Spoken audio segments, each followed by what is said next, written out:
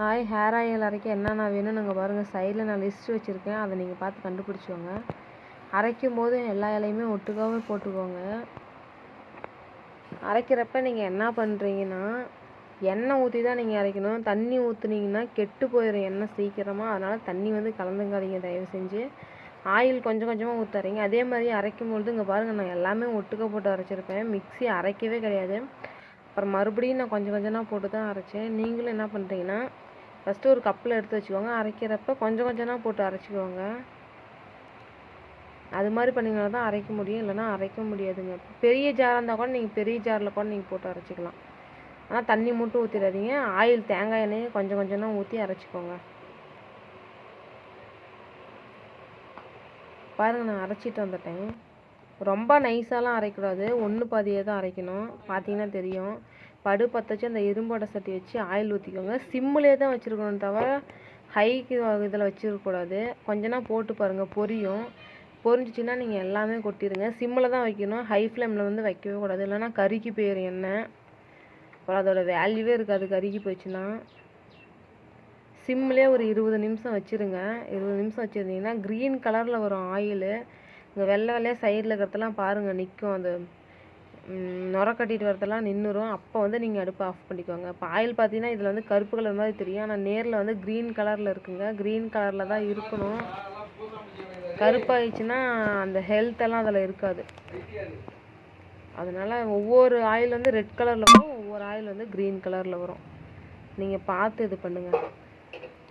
Iron வடை சட்டி இருந்தால் இன்னும் பெஸ்ட்டு, நம்ம ஹேர் ஆயில் செய்யறதுக்கலாம். ஆஃப் பண்ணிட்டேன். இது வந்து நாளைக்கு பண்ணி நீங்கள் கலர் பாருங்கள், க்ரீன் கலர் அயன் வடை சட்டியில் ஆயில் இருக்கும் தெரியல, நான் எடுத்து நான் ரிவ்யூ கொடுக்குறேன் உங்களுக்கு. கரையில் பாருங்கள் தெரியும், இந்த கலரு இந்த கலரில் இருக்குங்க. பார்த்தீங்கன்னா அந்த பாக்ஸில் வந்து இப்போ வெட்டி வேரில் போட்டு வச்சுட்டேன். இப்போ இந்த ஆயிலெல்லாம் பாருங்க, இதில் வந்து நம்ம இது வந்து வடிகட்டி நம்ம ஊற்றிக்கலாம். இதுக்கப்புறம் பார்த்தீங்கன்னா தெரியும், இந்த ஆயில் ஊற்றுறதுக்கான பார்த்தீங்கன்னா உங்களுக்கு தெரியுதா? கரண்டியில் பார்த்தீங்கன்னா தெரியும், கலர் தெரியும், க்ரீன் கலரில் தெரியும். உங்களுக்கு தெரியுதா? தெரியும்.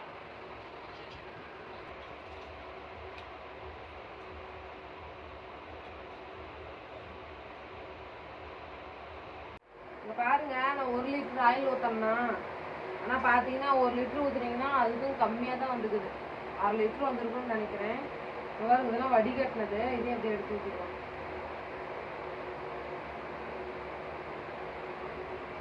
பக்கத்தில் வந்து பாருங்க, க்ரீன் கலரில் தெரியும், லைட்டாக பார்த்தீங்கன்னா தான் தெரியும்.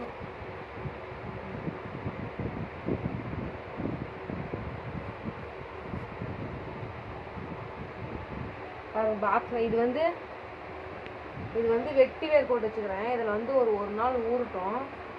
எதுக்குன்னா விளக்கெண்ணெய் வந்து குளிர்ச்சி தலை வந்து அடர்த்தி ஆகும், முடி அடர்த்தி ஆகிறது தான் விளக்கெண்ணெய்.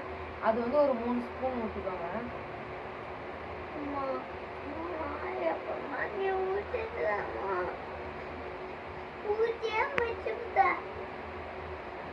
3 ஸ்பூன் விளக்கெண்ணெங்க.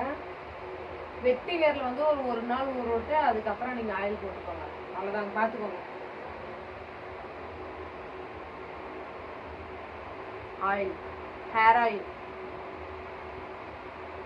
2 நாள் போடுங்க. தலையில் மசாஜ் பண்ணுங்க, ஹேர் வாஷ் பண்ணிக்கோங்க. தலையை வந்து தலை குத்திட்டு மறுபடியும் எண்ணெய் போட்டுக்கோங்க.